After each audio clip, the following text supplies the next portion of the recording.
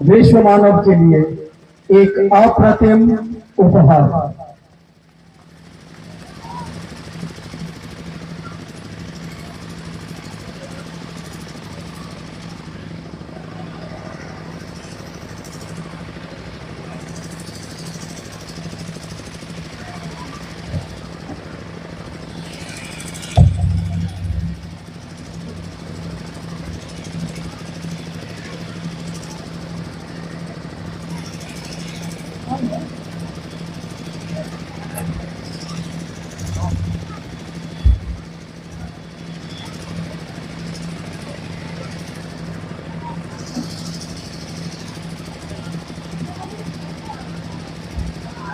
मेरे गुरु महेश्वर शिव को मेरा प्रणाम है।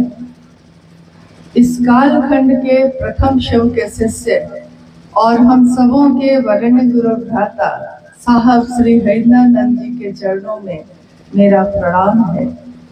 शक्ति स्वरूपा मां नीलमानंद जी के चरणों में मेरा प्रणाम है।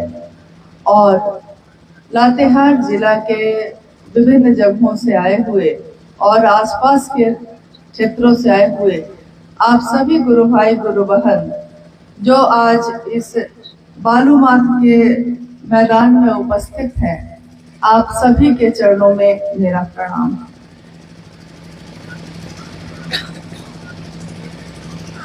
बालूमाथ के इस धरती पे बहुत वर्षों के बाद आना हुआ। हालांकि साहब के साथ इस रास्ते से हम लोग अनेक बार गुजरे हैं। यहाँ के गुरु भाई गुरु बहनों से मुलाकात भी होती रही है हमेशा, लेकिन बहुत समय के बाद एक शिव गुरु महोत्सव का आयोजन हुआ है। हम सबों का सौभाग्य है कि आज हम सब इस स्थान पे उपस्थित हुए हैं, एक दूसरे से मिल रहे हैं। और सही है कि साहब और दीदी हमार इतना महान कि धरती पे आके कहीं ऐसा काम कि देखा भेलन महान। धरती पे हमने भी जन्म लिया है, आपने भी जन्म लिया है।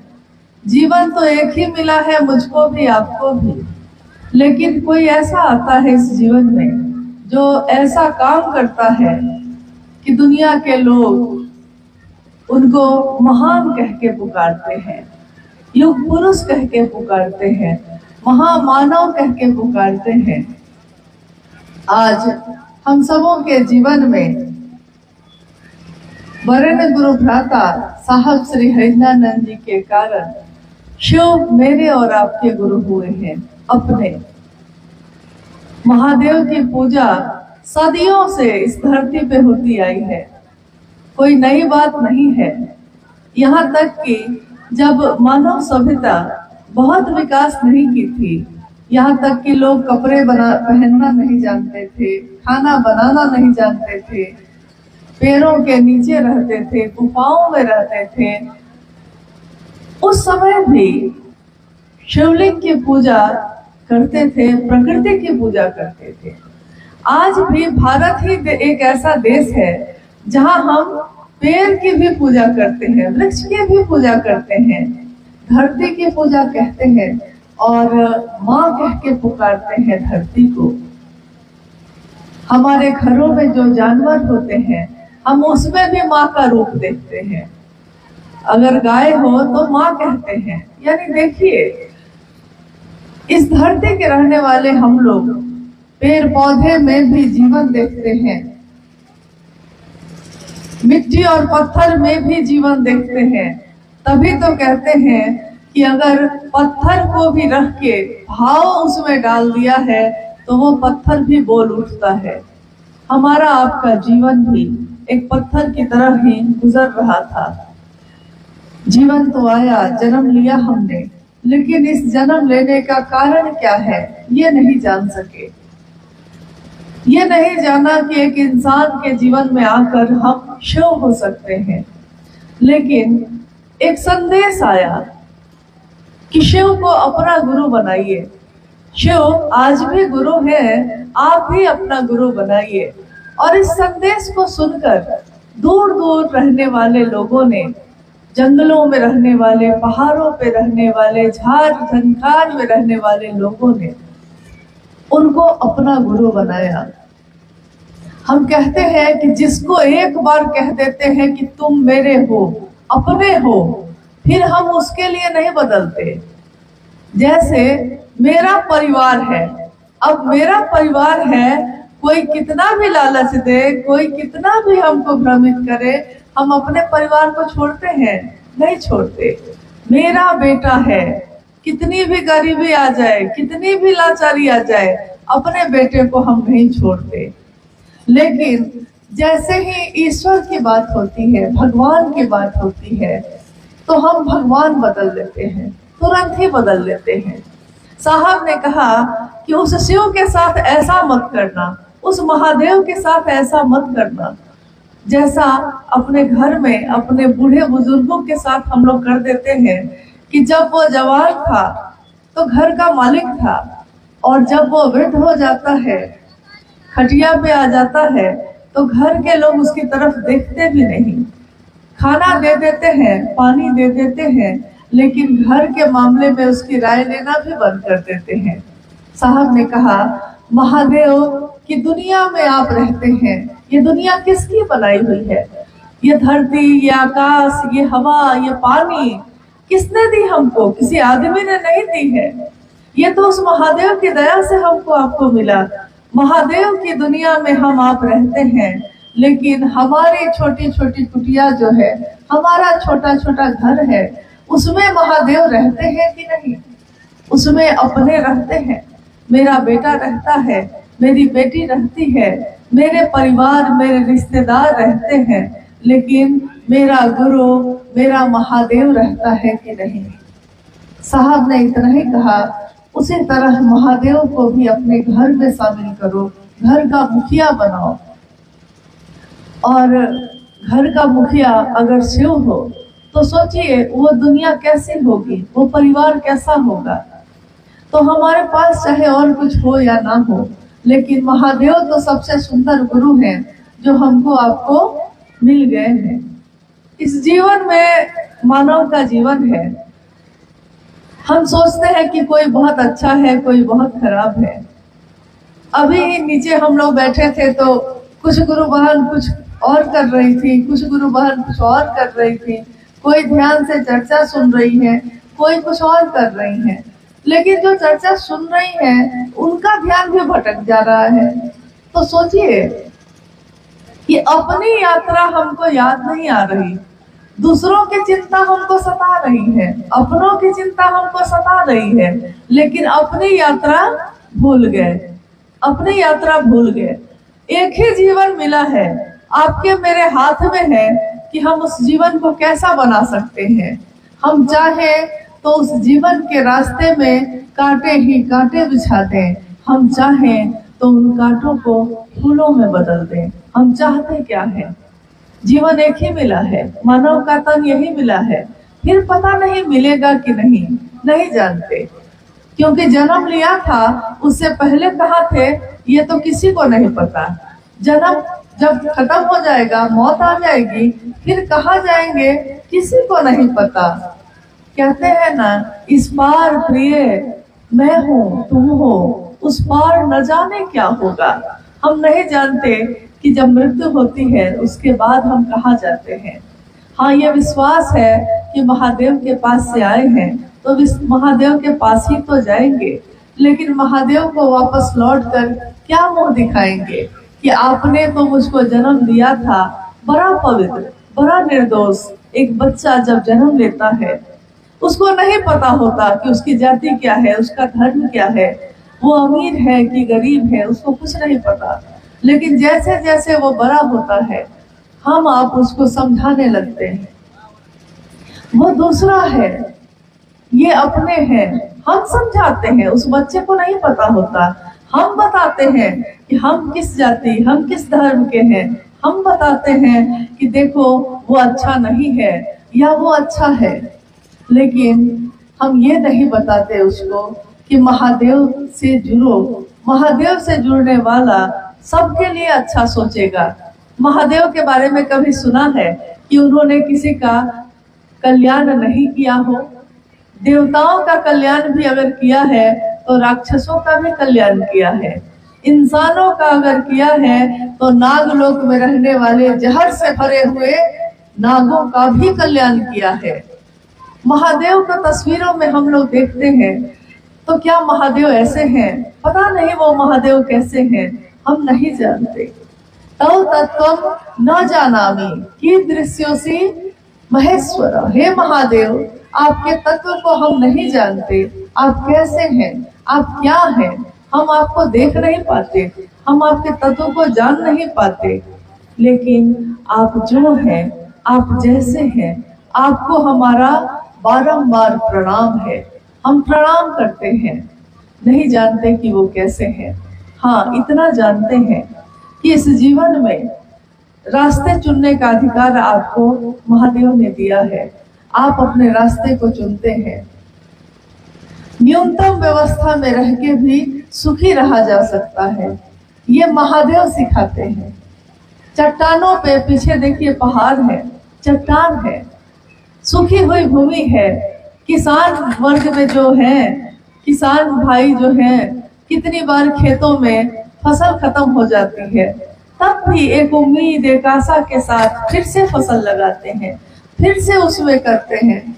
एक उम्मीद होती है कि सब कुछ अच्छा हो जाएगा। इन पहाड़ों पे रह के भी, इन चट्टानों पे सोकर भी सुखी रहा जा सकता है। कब? जब आपका मन सुखी हो। मन ही शांत नहीं हुआ, मन ही सुखी नहीं हुआ, तो फिर पैसा भी रह के आप सुखी नहीं रह सकते।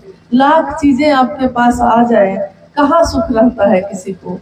बड़े बड़े महल में रहने वालों को देखकर लोग सोचते हैं कि वो बड़े सुखी होंगे, लेकिन आप जाकर देखिए तो नींद नहीं आती उनको। रेशम के गद्दों पे नींद जब नहीं आती है तो नींद की दवा खाते हैं, तब भी नींद नहीं आती। और कितने लोगों को आपने देखा होगा कि दिन भर मजदूरी की है उसने, 400 रुपए हाथ में आए हैं, लेकिन सुख की नमक और रोटी खाकर सुख की चैन सोता है चट्टानों पे। बहुत पहले यही लातेहार के गुरु भाई हैं नन्नू जी, आए हुए हैं आज। उनसे मैंने एक बार पूछा था कि आप जो लातेहार के विभिन्न जगहों पे आप लोग गुरु भाई गुरु बहन जाते हैं, महादेव की चर्चा दूसरों तक पहुंचाने जाते हैं, तो कैसे जाते हैं? क्योंकि बहुत सुविधा नहीं है, बहुत सवारियां नहीं है, और पैसे भी बहुत नहीं है कि होटल में खा लेंगे, तो आखिर कैसे जाते हैं? उन्होंने कहा कि मैं उसका वीडियो बनाकर भेजूंगा। छोटे छोटे वीडियो बनाकर उन्होंने भेजे थे। साहब उस समय शरीर में थे। साहब से मैंने उन तस्वीरों को और उन वीडियोस को दिखाया।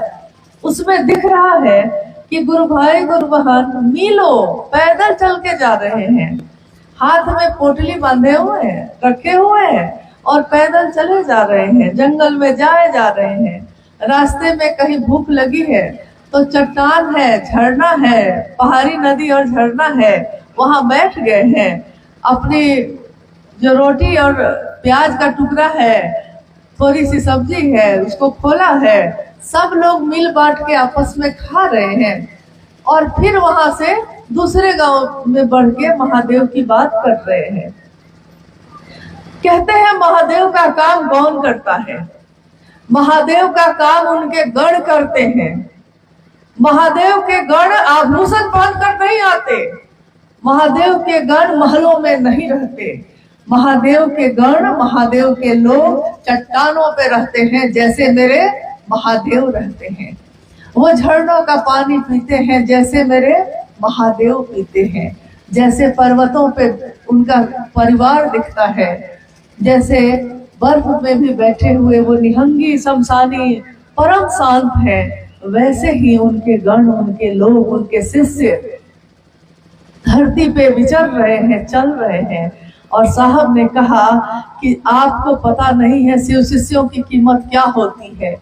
शिव शिष्यों की कीमत ये होती है कि वो चाहे तो धरती पे क्या नहीं हो, लेकिन क्योंकि वो शिव के सानिध्य में रहता है, शिव के नजदीक उसका मन रहता है, इसीलिए वो परम शांत भी रहता है।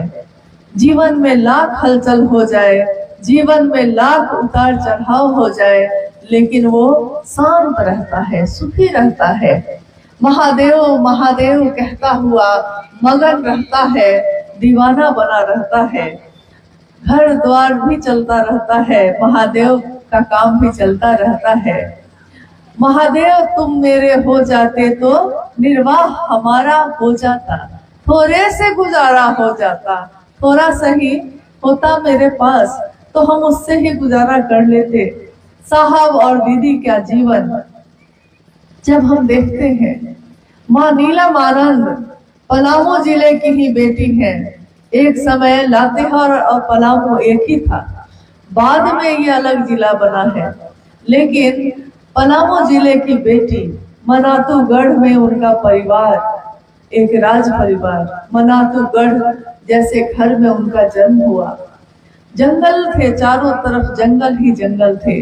जब साहब का विवाह हुआ माँ नीलम आनंद जी से, तो साहब हमेशा ये सब बताते कि उनके घर के चारों तरफ जंगल ही जंगल था, यहाँ तक कि हिरन बाघ तक नजदीक में आ जाते थे। घर के लोग छतों से देख सकते थे, यानी प्रकृति में बसा हुआ वो घर। और उस घर से निकलकर माँ नीलम आनंद जब साहब श्री हरिनानंद जी के साथ दुनिया में निकली, तो राज परिवार में पली बढ़ी बेटी, डिप्टी कलेक्टर की पत्नी। कहते हैं ना कि ऐसी लागी लगन मीरा हो गई मगन, वो तो गली गली हरि गुण गाने लगी। ऐसी लागी लगन कि वो माँ नीलम आनंद साहब हरिनानंद जी के साथ जंगलों में, पहाड़ों पे, धरती के कोने कोने में जाकर महादेव की बात करने लगी। आज हम आप यहाँ बैठे हैं, आज साहब और माँ नीलम आनंद शरीर में नहीं है, लेकिन हम शिव शिष्यों के दिलों में हैं। हमारे दिल ही उनका मंदिर है। साहब ने एक बार कहा भी कि शिव के शिष्य जो चलते फिरते अपने महादेव की बात कहते हैं दूसरों से, ये चलते फिरते मंदिर हैं, जहाँ जाते हैं अपने महादेव के नाम का दिया जलाते हैं। वो दूसरों को और कुछ दे पाए या ना दे पाए, लेकिन महादेव के शिष्य का भाव देते हैं, महादेव का भाव जगा देते हैं उसमें। और ये इतनी बड़ी चीज है जो आज तक किसी ने किसी को नहीं दी। किसी ने ठंडा लगी है तो कंबल दे दिया है, किसी ने भूख लगी है तो भोजन करा दिया है, लेकिन किसी ने महादेव को लेकर महादेव को दिया है, ऐसा किसी ने आज तक नहीं किया था। लेकिन आज ये भी हुआ। हम सब शिव के शिष्य अपने साहब और दीदी के संकल्प को याद करते हैं। साहब ने हमेशा कहा कि जिस तरह गरीबी में पेट बांध के भी तुम अपने बेटे को नहीं बदलते, तुम अपने परिवार को नहीं बदलते, तुम कभी अपने महादेव को मत बदलना। महादेव एक निष्ठता चाहते हैं। महादेव प्रेम की धारा है, वो प्रेम और समर्पण। तंत्र का मतलब भी यही होता है, प्रेम और समर्पण। किसी भी रिश्ते में प्रेम और समर्पण ही होता है।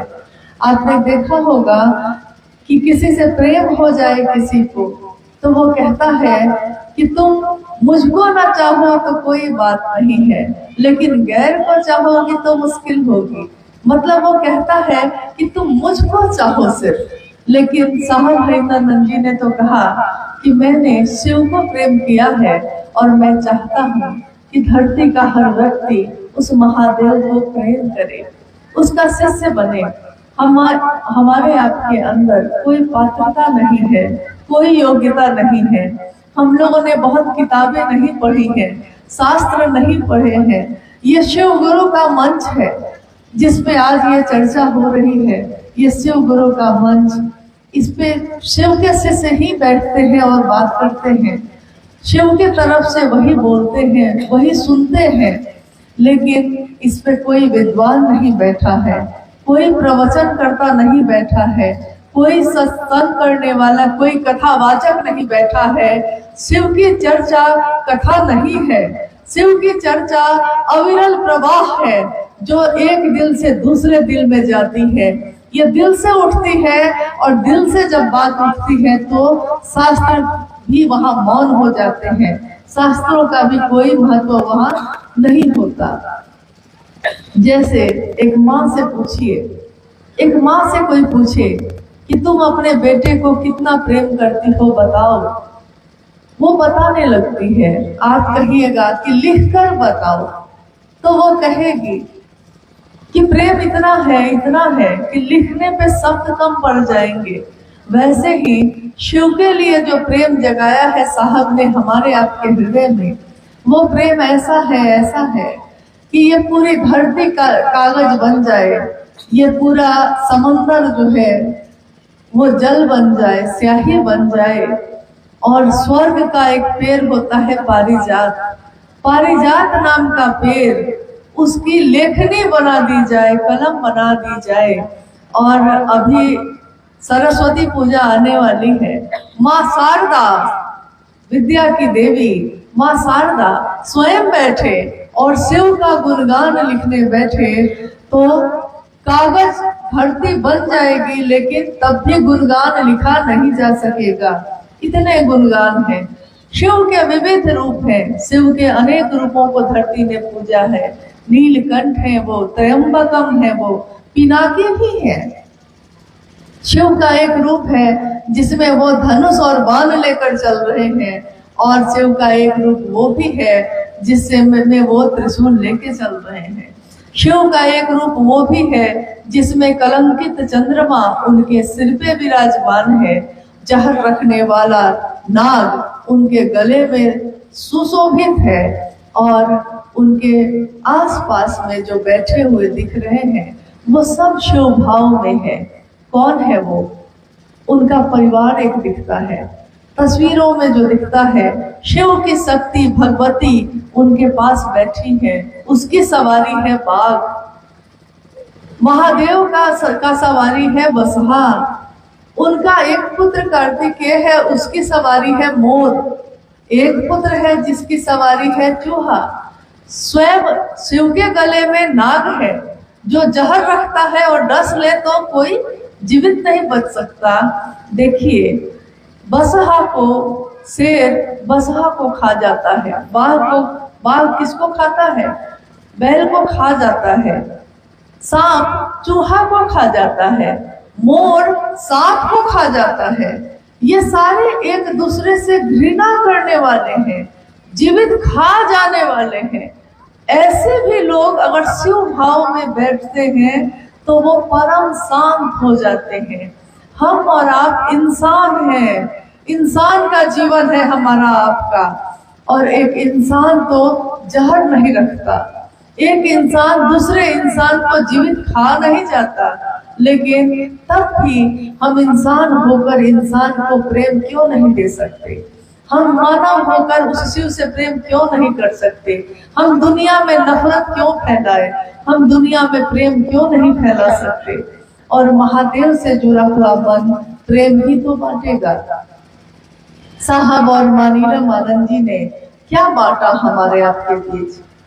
घृणा नहीं बांटी, प्रेम बांटा। कहा कि एक दूसरे का साथ देना।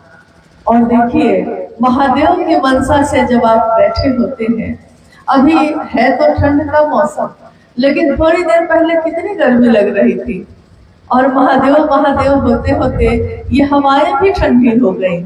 महादेव की बात हो तो हवा भी अपनी गर्मी भूलकर ठंडक ले आती है। हमारा आपका मन तो इतना भी गर्म नहीं है, इतना भी जलने वाला नहीं है। तो महादेव की बात करने वाले लोग धरती के लोगों में प्रेम बांटेंगे, एक दूसरे का साथ देंगे, सुंदरता बटेगी, जीवन शिवमय होगा, सुखमय होगा, सबका सुख होगा, सबका कल्याण होगा। इससे ज्यादा एक महादेव अपने शिष्य के लिए क्या दे सकते हैं? वो महादेव जब गुरु होंगे अपने शिष्य को अपने जैसा बनाएंगे। महादेव ने किसी का अकल्याण नहीं किया है, हमेशा दूसरों के लिए किया है। खुद चाहे उनको जो भी दुनिया ने दिया, उन्होंने दुनिया को हमेशा अमृत दिया है, तो हम अमृत दे सकते हैं तो दें। अभी आपने सुना भी शिव के शिष्यता की पृष्ठभूमि, व्याप्ति, प्रयोजन, इस पे बात हो रही थी जब हम लोग यहाँ पहुंचे थे। शिव की शिष्यता, साहब ने आखिर शिव को गुरु क्यों बनाया? क्या मिलना था उनको? क्या महादेव उनको इस धरती पे जो पैसे हैं वो देने वाले थे? क्या महादेव इस धरती के सोना चांदी देने वाले थे? क्या महादेव लंका सोने की बनाकर महादेव अपने शिष्य को देने वाले थे? ऐसा कुछ भी नहीं था। लेकिन शिव ने जो अपने शिष्य को दिया, अद्भुत दिया, अप्रतिम दिया। विश्व के मानव को सबसे सुंदर उपहार मिला। हमारे हाथों में और कुछ भी नहीं है, हमारे हाथ जगत के लिए खाली हैं, लेकिन इस हाथ में महादेव की शिष्यता भरी हुई है और इसकी कीमत इतनी ज्यादा है, इसकी कीमत इस धरती के लोग नहीं चुका सकेंगे। इन हवाओं की कीमत कोई नहीं चुका सकता। जो पानी हम पीते हैं बेशकीमती है वो, उसकी कीमत कोई नहीं चुका सकता। इस मिट्टी पे जो बैठे हैं, इस मिट्टी की एक परत को बनने में करोड़ों वर्ष लगते हैं। आज तक धरती पे इतनी चीजें बन गई, हवाई जहाज, रॉकेट सब बन गया, लेकिन मिट्टी कोई नहीं बना सका। न मिट्टी बना सका, न पानी बना सका, न हवा बना सका, न आग बना सका, न ये आकाश बना सका। महादेव जो बना देते हैं, फिर वो धरती के लोग नहीं बना सकते। महादेव जो दे सकते हैं, उसकी कीमत इस धरती के लोग नहीं चुका सकते। तो देखिए, हमारे पास अगर माचिस नहीं होता था तो हम पत्थर को पत्थर से रगड़ के आग पैदा कर लेते हैं, लेकिन वो आग हमारी नहीं होती। आग कहाँ से आई और आग कहाँ चली गई? हमारी तो आग नहीं थी वो। तो सोचिए कि वो महादेव क्या दे सकते हैं हमको, आपको, और हम क्या मांगते हैं महादेव से। महादेव सब कुछ दे सकते हैं, स्वयं शिव बना सकते हैं, और हम शिव से ही मांगते हैं 1 किलो चीनी। पेट में दर्द है वो ठीक कर दीजिए महादेव, नहीं दया कर दीजिए कि नौकरी मिल जाए। अरे ये तो 70-80 साल के जीवन का उपाय कर रहे हैं आप, लेकिन जो जीवात्मा हमारे आपके अंदर है, उसकी यात्रा, उसका जीवन तो हजारों साल का है। उस यात्रा का क्या होगा, उसके बारे में तो कभी नहीं सोचते। अभी मेरी मौत हो जाए तो मेरे पास जो भी है मेरे लोगों में बांट दिया जाएगा। कुछ दिन तक लोग रोएंगे, लेकिन अभी अगर पिता की मौत हो जाए तो जिस पिता ने पेट काट काट के खेत खरीदा था, 4 बेटे तुरंत 4 टुकड़ा कर लेते हैं खेतों का। इसी खेत के लिए तो आपने अपना जीवन गंवा दिया, लेकिन जीवन गंवाने के बाद हासिल क्या हुआ, मिला क्या? तो उतना दीजिए महादेव जितने मैं भी भूखा ना रहूं, साधु ना भूखा जाए। मतलब इतना दे दीजिएगा कि मेरा पेट भर जाए, मेरे लोग खा पाए, छत हो, एक कपड़ा हो, जीवन की जरूरत हो, और कोई साधु आ जाए तो भूखा ना चला जाए मेरे दरवाजे से। इतना बहुत है महादेव। महादेव महादेव करते हुए इस जीवन को जी लेना है, आगे बढ़ जाना है। बाकी आगे तो महादेव जानेंगे, और हम क्या जाने महादेव क्या चाहते हैं। एक जगह पे किसी ने कहा कि अरे हम क्या जाने महादेव क्या चाहता है, कोई नहीं जानता महादेव क्या चाहता है। आइए हम लोग कुछ जिज्ञासाओं पे बात करते हैं। जो यहाँ के क्षेत्र में अगर कोई समस्या, कोई बाधा या कोई ऐसी जिज्ञासा जो शिव के लिए हो, वो आई हो, तो हम उस पर बात करने की कोशिश करते हैं। जिज्ञासा है, बालूमाथ के गुरु भाई है नागेंद्र जी। शिव गुरु महोत्सव एक पूर्णता आध्यात्मिक आयोजन है, कैसे? कृपया समझाया जाए। शिव गुरु महोत्सव एक पूर्णता आध्यात्मिक आयोजन है। आपने देखा होगा अभी लोग थोड़ा ज्यादा है तो मंच भी बनाने की जरूरत पड़ जाती है, लेकिन अगर लोग कम हो तो हम मंच भी नहीं बनाते। चौकी पे बैठ के, चादर पे बैठ के, धरती पे बैठ के महादेव के बात हम लोग कर लेते हैं।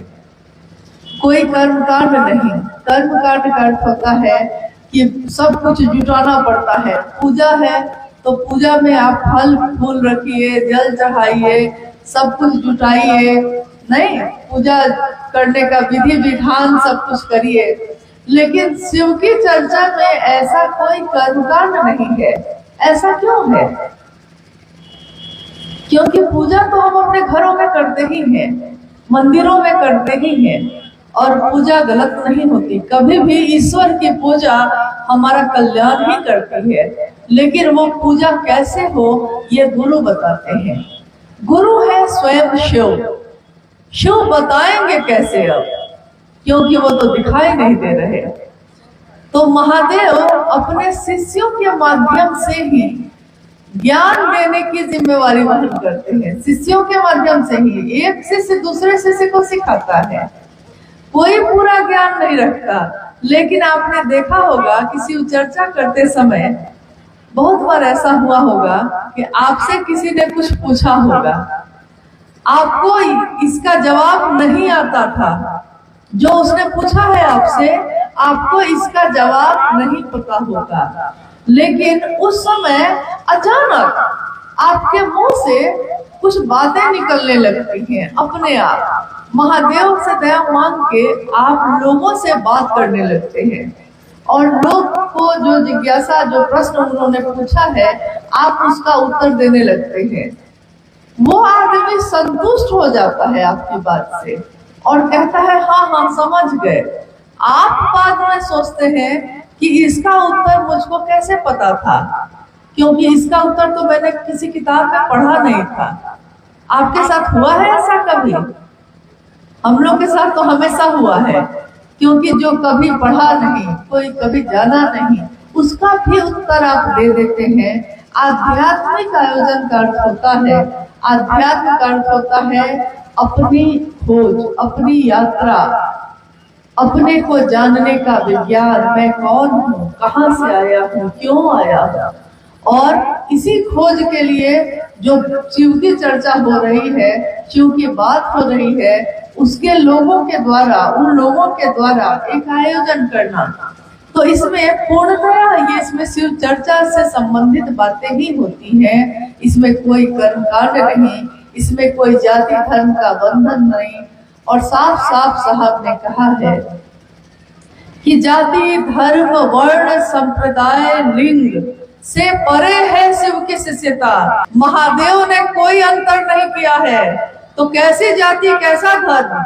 जैसे ही हम कहते हैं शिव की शिष्यता, हम सबका मजहब, हम सबका धर्म, हम सबकी जाति एक है। शिव की शिष्यता, शिव के शिष्य, शिव हमारे गुरु और हम उनके शिष्य। और यही संदेश हम धरती के हर लोगों को देते हैं।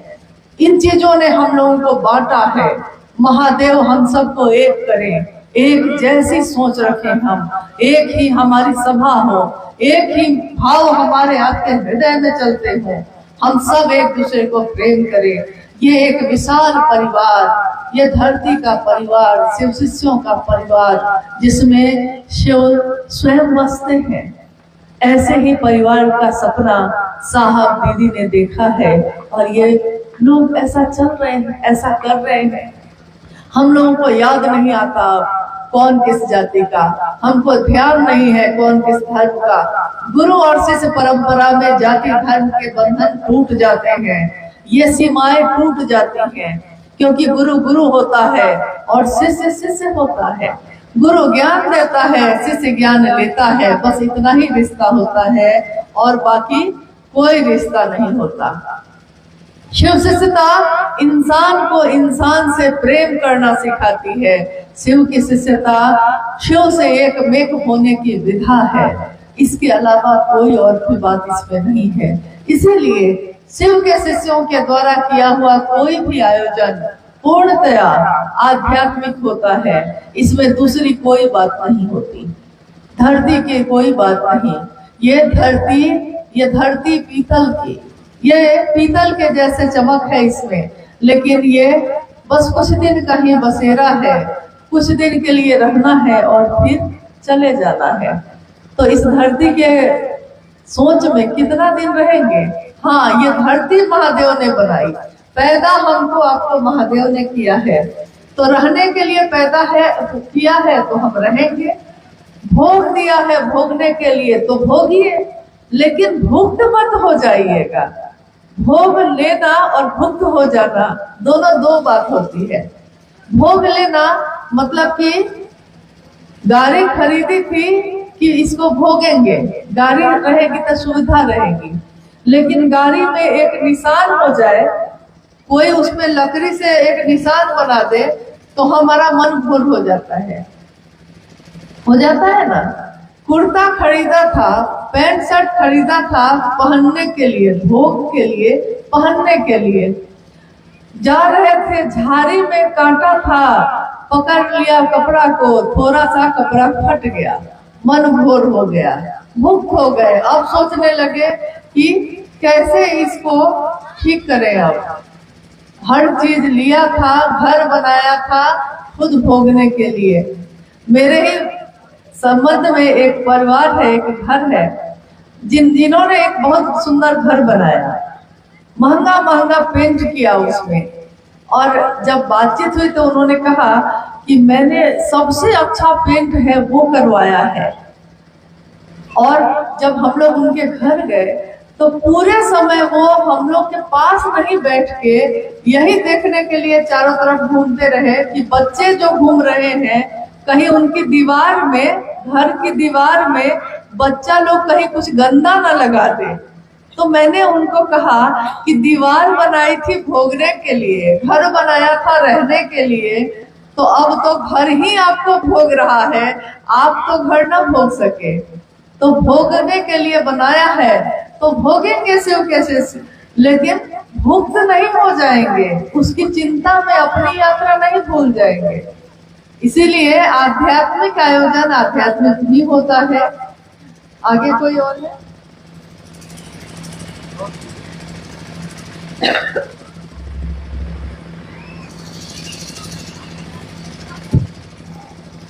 एक जिज्ञासा है, शिव को क्यों गुरु बनाए? लोगों को शिव गुरु से क्यों जोड़े? भाई रमन जी हैं, मकैया टाड़ बालूमाथ। शिव को गुरु क्यों बनाए और लोगों को शिव से क्यों जोड़े? बात क्या है कि जब गुरु की बात हम करते हैं तो एक युग होते हैं अलग अलग। अभी चल रहा है कलयुग। इस युग तक आते आते जो भी शरीरधारी गुरु हैं गुरु, अभी भी गुरु हैं, कुछ अच्छे भी हैं, कुछ गुरु के वेश में वो ज्ञान नहीं दे पाते, कुछ दे पाते हैं, सब तरह के लोग हैं। लेकिन जो गुरु का काम करेगा आप उसी को ना गुरु बनाइएगा। यहाँ के कोई बहुत बड़े अफसर हैं, पढ़े लिखे हैं, डॉक्टर हैं, डॉक्टरी पढ़े हुए हैं, लेकिन वो मास्टर का काम नहीं करते। तो आप अपने बच्चे को हॉस्पिटल में भेजिएगा पढ़ने के लिए? नहीं भेजिएगा। जो शिक्षक का, जो मास्टर का काम करेगा आप उसी के पास भेजिएगा। अन्य देवी देवता भी हैं। माँ भगवती का जब प्रकटीकरण हुआ तो युद्ध की देवी कही गई। वो राक्षसी ताकतें जब जब बढ़ेंगी उसका संहार करेंगी। वो नहीं कहते हैं रक्त बीज संहारे सोनित बीज हरे, मतलब रक्त और बीज की तरह जो राक्षस प्रवृत्ति बढ़ती है उसका नाश करने के लिए युद्ध की देवी के रूप में माँ भगवती का प्रकटीकरण दुर्गा माँ का हुआ। लेकिन वो गुरु का रूप काम नहीं करती। अब है कि गुरु का काम जो करेंगे आप, गुरु तो उन्हीं को बनाएंगे ना। तो देवी देवताओं में भी अगर हम देखते हैं तो सर्वोच्च पद पे कौन दिखते हैं हमको? सारे देवी देवता अभी याद कर लीजिए आप, और उसके बाद आप कहिए कि महागुरु किसके नाम के साथ लगा हुआ है। किसी के नाम के साथ महागुरु लगा हो, जगत गुरु लगा हो, आदि गुरु लगा हो, एकमात्र महादेव के नाम के साथ लगा हुआ है महाकाल, महामृत्युंजय, महायोगेश्वर। यानी कोई भी चीज जो इस धरती पे है उसमें सबसे ऊपर में कौन बैठा है, तो वो महादेव स्वयं बैठे हैं। इस छोटे से पहाड़ पे कोई इधर से चढ़े, लेकिन उन पर कौन बैठा है, तो वो महादेव स्वयं बैठे हैं। जब गुरु की संख्या में हम जाते हैं तो गुरुओं के भी गुरु है शिव, सदगुरुओं के भी गुरु है शिव। जगत के गुरु कौन है, तो शिव। उनको कहा गया जगत गुरु। जगत गुरु को प्रणाम करते हैं हम लोग। शंकर पड़ा ही नाम इसलिए कि ज्ञान देने के कारण तू शंकर है, तू ज्ञान देता है इसलिए तेरा नाम शंकर है। संभवे गुरुवे नमः, तुम त्रिभुवन गुरु वेद बखाना। यानी जहां भी बखान है वहां क्या कहा जा रहा है कि महादेव गुरुओं के भी गुरु हैं। हम कहेंगे कि जब हमारा काम छोटे मोटे गुरु से चल सकता है तो हम महादेव को गुरु क्यों बनाएं। लेकिन अब मामला यह है कि बीमारी छोटी मोटी हो तो कोई डॉक्टर ठीक कर सकता है, लेकिन बीमारी अगर गंभीर हो गई हो तो डॉक्टर के बस में अब नहीं है। तब डॉक्टर भी कहता है कि दवा तो हम दे देंगे लेकिन थोड़ा दुआ की भी जरूरत है, यानी ईश्वर से थोड़ा प्रार्थना करिए। वो भी कह देता है एक दिन। साहब ने कहा जब सबसे सुंदर गुरु स्वयं शिव ही उपलब्ध है, हम प्रकृति में शिव की पूजा करते हैं, हम शिवलिंग के रूप में उन्हीं की पूजा करते हैं, हमारे घर के कुल देवता देवी में वही है, जब झाड़ झंखार में भी वही है, हर जगह वही है, तो उस गुरु के रूप में भी वही है, तो उनको ही गुरु हम क्यों नहीं बनाए। अब रही बात कि गुरु तो बना लिया है लेकिन दूसरों से कहने की क्या जरूरत है। जो जिज्ञासा आई है दूसरों से क्यों कहें, सही बात है, महादेव को प्रचार की जरूरत तो है नहीं, लेकिन अच्छी चीज बतानी पड़ती है इंसान को। आप गौर कीजिएगा कि जब घर में बच्चा होता है ना, तो बच्चा जब बड़ा होने लगता है और घर में कोई आते हैं तो बच्चे को सिखाना पड़ता है, बउआ उठो, चचा आए हैं, पाँव छू के प्रणाम करो। तो बच्चा उठता है, पाँव छू के प्रणाम करता है। बदमाशी करने के लिए उसको नहीं सिखाना पड़ता, वो सारी बदमाशी करके आ जाएगा। लेकिन अच्छा काम जब भी आप कहिएगा तो अच्छा काम करने के लिए सिखाना पड़ता है, शैतानी करने के लिए नहीं। जैसे आप देखिएगा कि गलत काम करना है तो कोई मुहूर्त नहीं निकालता। कभी सुना है कि गलत काम करने के लिए कोई मुहूर्त निकाल के बैठा है? लेकिन जब अच्छा काम करना है, शादी ब्याह करनी है, गृह प्रवेश करना है, कहीं की यात्रा करनी है, तब देखिएगा कि लोग मुहूर्त निकालेंगे। उस समय सुंदर समय कौन सा है, गलत काम के लिए नहीं निकाले, सुंदर काम के लिए आप निकाल रहे हैं। तो महादेव की बात दूसरों तक पहुंचाने के लिए भी हमको इसलिए इस काम को करना चाहिए क्योंकि अच्छा काम भी दूसरे को सिखाना पड़ता है, और अगर जबरदस्ती भी किसी का भला करना पड़े तो कर देना चाहिए। जैसे बहुत लोग ऐसे हैं जो बीमार पड़ेंगे हॉस्पिटल नहीं जाते हैं, तो आप उनके शुभचिंतक हैं तो आप क्या करते हैं, आप उनके घर में उनके पास जाते हैं तो कहते हैं कि डॉक्टर से दिखाए हैं, वो कहते हैं कि नहीं ठीक हो जाएगा, आप जबरदस्ती उसको लेके डॉक्टर के पास जाते हैं। शुभचिंतक है, शुभ सोचते हैं उसका, जबरदस्ती भी अगर अच्छा काम करना पड़े तो कर लेना चाहिए। महादेव गुरु हो जाए और हमारा मन का बीमारी सब ठीक हो जाए, हमारे मन की सारी बीमारी ठीक हो जाए, अगर ऐसा हो सकता है तो हम जबरदस्ती भी अगर करना पड़े हमको, तो हमको ये काम कर लेना चाहिए। जबरदस्ती में भी अगर प्रेम हो सकता है तो हो जाए, कोई दिक्कत नहीं है। और महादेव से प्रेम होगा तो उसका शुभ ही होगा, कल्याण ही होगा। आप उसको चाहे और कुछ दे पाए नहीं दे पाए, महादेव तो दे सकिएगा। इसलिए महादेव की बात दूसरों तक पहुंचाइए। और ये शिष्य के रूप में गुरु दक्षिणा का काम भी करता है। जब किसी को आप गुरु मानते हैं तो आप उसको गुरु दक्षिणा देना चाहते हैं। गुरु शिष्य परंपरा में ये होता है, गुरु को दक्षिणा देनी पड़ती है। महादेव गुरु हैं, हम सब उनके शिष्य हैं। अब बताइए, महादेव गुरु दक्षिणा मांग रहे हैं, क्या दीजिएगा? क्या दे सकते हैं हम उनको?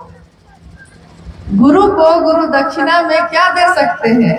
दीक्षा तो आ गया है, दीक्षा तो हो गई है। मन में विचार आना किसी मेरे गुरु हैं, यही है दीक्षा। अब है कि गुरु दक्षिणा भी देनी पड़ेगी। तो गुरु दक्षिणा में हम लोग उस महादेव को क्या दे सकते हैं? जो देंगे वो कम ही होगा। हाँ, यही अभी गुरुवार बोली कि शिष्य बना कर देंगे।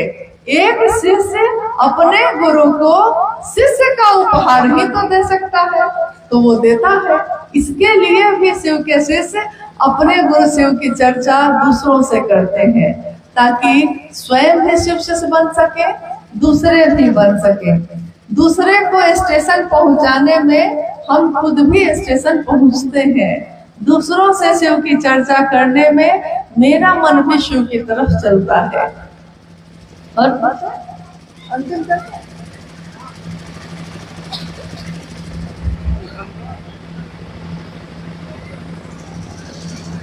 एक अंतिम जिज्ञासा है। ग्राम मुकुंदपुर गांव लातेहार से हमारे गांव में एक तरफ शिव गुरु की चर्चा करते हैं और दूसरे तरफ ओझा भक्ता झाड़ फूक बड़े जोर शोर से कर रहे हैं। हम लोगों को शिव गुरु से जोड़ने में बाधा हो रही है, कृपया उपाय बताएगा। प्रश्न आप सुन लिए हैं। जिज्ञासा जो है, अभी अभी बात हो रही थी कि हर चीज से परे है शिव की शिष्यता। तो जिज्ञासा ये है कि एक तरफ शिव चर्चा चल रही है और एक तरफ कुछ लोग जो है शिव चर्चा के नाम पे या कुछ और करते हुए ओझा गुनी झाड़ फूक इस सब का सहारा भी ले रहे हैं। मुझको अभी याद आ गई एक घटना, हालांकि इसका जिक्र अनमिल आखर एक किताब है उसमें है। साहब और दीदी के जीवन की घटना है ये। थोड़ा कम शब्दों में सुनाते हैं आपको। साहब उस समय वीडियो थे, कार्यालय गए हुए थे। माँ नीलम आनंद घर में थी। तो माँ नीलम आनंद साधु संत के वेश में अगर कोई आता, सबका सम्मान करती थी, साधु संतों का भी बहुत सम्मान करती थी। तो एक दिन जब साहब कार्यालय से अपने घर में आए तो उन्होंने देखा कि एक व्यक्ति उनके घर में अंदर ड्राइंग रूम में बैठा हुआ है, जिसने पूरा हड्डी उड्डी की माला जो है पहन लिया है, पहन के बैठा हुआ है, और एकदम काला काला कपड़ा, लाल लाल चंदन, हड्डी की माला, रुद्राक्ष सब पहन के बैठा हुआ है। और अंदर घुसते घुसते साहब ने देखा कि माँ नीलम आनंद जी ने 500 रुपए, उस समय बहुत होते थे, कुछ पैसे उनके तरफ बढ़ाए हैं। साहब ने देख लिया। तो बैठने के बाद साहब ने कहा कि ये महाशय कौन है? तो माँ नीलम आनंद उस समय, अनुभव जो आए हुए हैं उनकी तबीयत थोड़ी खराब थी उस समय, तो उन्होंने उन व्यक्ति ने उनको कहा था कि हाँ, हम जो है कुछ पूजा पाठ कर देंगे तो अच्छा हो जाएगा कुछ। तो इसके लिए नहीं कि वो कर देता, साधु का सम्मान कर रही थी वो, तो उन्होंने कहा कि ठीक है कर दीजिएगा, कोई बात नहीं। हालांकि उनको जरूरत नहीं थी इसकी, लेकिन एक नारी का स्वभाव, एक महिला का स्वभाव जो होता है, करुणा ममता रहती है, तो उन्होंने कहा कि जब ये कह रहे हैं चलिए आप भी कर दीजिएगा, क्या होगा। लेकिन साहब का स्वभाव तो वैसा नहीं था, उनका तो था गोरी वाला स्वभाव। वो जब घुसे, उन्होंने देखा और कहा कि नीलम, इनको भोजन वोजन कराओ। तो माँ जो है, माँ नीलम आनंद जी को शक तो हुआ इस बात पे कि बात क्या है कि ये हमको अंदर खाना के लिए भेजने लगे हैं, लेकिन शक से देखते हुए वो अंदर चली गई। जैसे ही वो अंदर गई, साहब ने उसको कहा कि वो जो पैसा लिए थे अभी अभी निकाल के सीधे बाहर रख दो, और ये जो गले में जो जो चीज है ना सब उतारो और यहाँ रख दो, और सीधे यहाँ से बाहर भागना, नहीं तो जेल में डालेंगे सीधे। अब वो घबरा गया बेचारा, सब उतार उतार के रख भी चुका था वो। लेकिन तब तक माँ नीलम आनंद आ गई, तो उन्होंने साहब से कहा कि आप सबको डरवा क्यों देते हैं? अरे जब मैंने पैसा दे दिया है तो कोई बात नहीं, देने दीजिए। तो खैर वो चले गए, आई गई बात हो गई। बात ये नहीं है कि तंत्र नहीं होता, तंत्र है, लेकिन तंत्र का अर्थ ही होता है प्रेम और समर्पण। तंत्र का अर्थ ये सब नहीं है ओझा गुनी झाड़ फूंक। जब आपके गुरु शिव स्वयं ही आचार्येंद्र है, महातांत्रिक भी वही है, तंत्र के भी ईश्वर कौन है? तो शिव स्वयं है। तंत्र के भी की भी जितनी धाराएं हैं वो कहाँ से निकली है? तो शिव से ही निकली है। जब राजा ही आपका अपना है, जब शिव ही अपना है, तो बाकी हमको किससे झरवाना है, किससे फुकवाना है? इसकी जरूरत कहाँ है? नहीं। एक बार एक राजा मुनादी करवा दिया। मुनादी मतलब समझ रहे होंगे आप। मुनादी मतलब होता है एक गांव में ढोल जैसा रहता है, उसको बजा बजा के गांव के लोगों को इकट्ठा किया जाता है एक जगह कि भाई सबको आइए, कोई सूचना देनी है। तो एक राजा ने मुनादी करवाई अपने राज्य में कि अगले दिन कल मैं अपने महल का दरवाजा खोल दूंगा, और मेरे महल में कल जितने भी लोग आएंगे वो सारे लोग जो छू लेंगे हाथों से, जो भी छू लेंगे वो चीज उनकी हो जाएगी।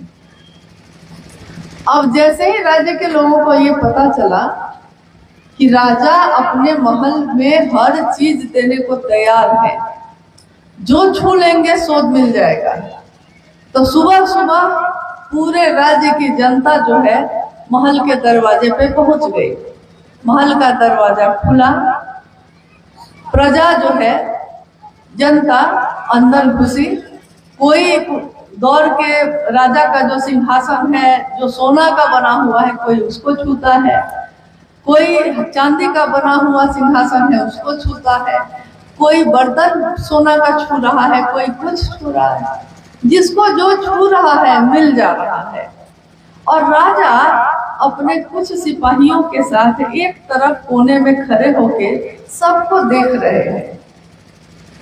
एक व्यक्ति उस भीड़ में से तेजी से राजा के तरफ बढ़ा, राजा की तरफ आने लगा। तो सिपाही लोग जो थे राजा के पास, उन्होंने रोका, कहा कि राजा के पास क्यों जा रहे हो? लेकिन राजा ने देख लिया, तो राजा ने कहा कि आने दो। राजा को लगा कि शायद कुछ मांगना चाहता होगा, तो वो तेजी से राजा के पास आया और सीधे राजा को ही छू दिया, गया और सीधे राजा को छू दिया।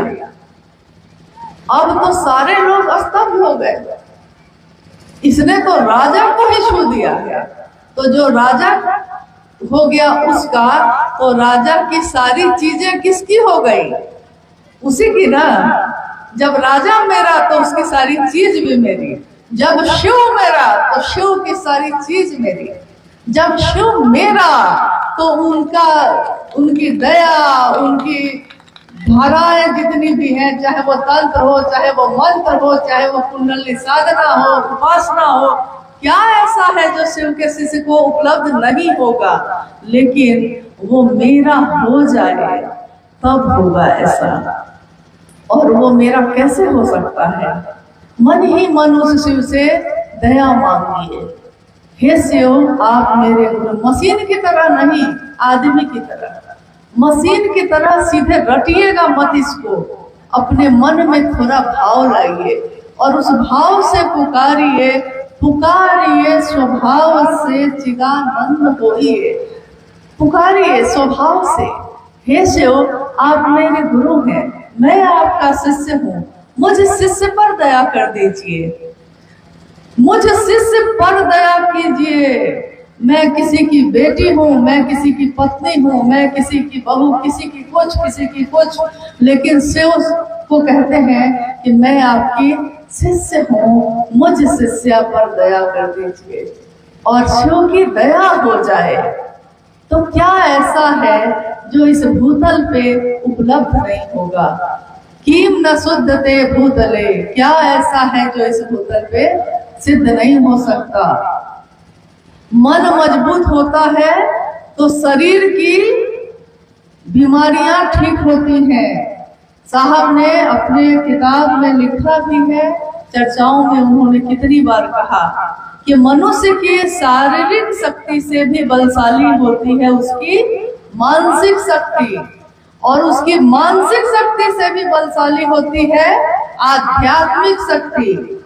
शरीर पे उन्होंने कहा कि एक गांव में आग लगा तो गांव में एक व्यक्ति सालों से लकवा ग्रस्त था, लकवा मारे हुए था उसको, तो वो अपने बिस्तर से हिल नहीं सकता था। खाना पानी लैट्रिन पेशाब सब बिस्तर पे ही होता था सालों से। एक दिन आग लग गई तो झारखंड में जैसे एक घर यहाँ है, दूसरा घर वहां है, कहीं लग भी जाएगा तो दूसरे घर तक नहीं पहुंचेगा। लेकिन बिहार में चले जाइएगा तो एक घर यहाँ तो दूसरा घर उसी के दीवार पे चढ़ा के बना रहता है। अगर एक में लगा तो बारी बारी से सब में लगने लगेगा। तो वहां की घटना है कि आग लग गई, सब कोई चिल्लाने लगे। और जब प्राण का भय होता है तो उस समय आप देखिएगा कि हम भूल जाते हैं, ऐसे खूब कहते हैं मेरा अपना, तुम मेरे हो, तुम्हारे लिए हम चांद तारा तोड़ के लाएंगे। लेकिन जब प्राण का भय होता है तो सबसे पहले आदमी अपना प्राण बचा के भागता है। कोरोना आया था तो देखा था ना आपने, कोरोना आया था तो मेरे अपने को भी अगर कोरोना हो गया है तो हम उसको छू नहीं पाए थे हम लोग। प्राण का भय होता है तो पहले अपना प्राण बचाता है। तो घर के सारे लोग जो है वो प्राण बचा के बाहर भागने लगे। भागते हुए उन्होंने देखा कि जो व्यक्ति सालों से खटिया पे लेटा हुआ था, लकवा मारा हुआ था, वो सबसे आगे भागे जाता है, दौड़ के भागे जा रहा है।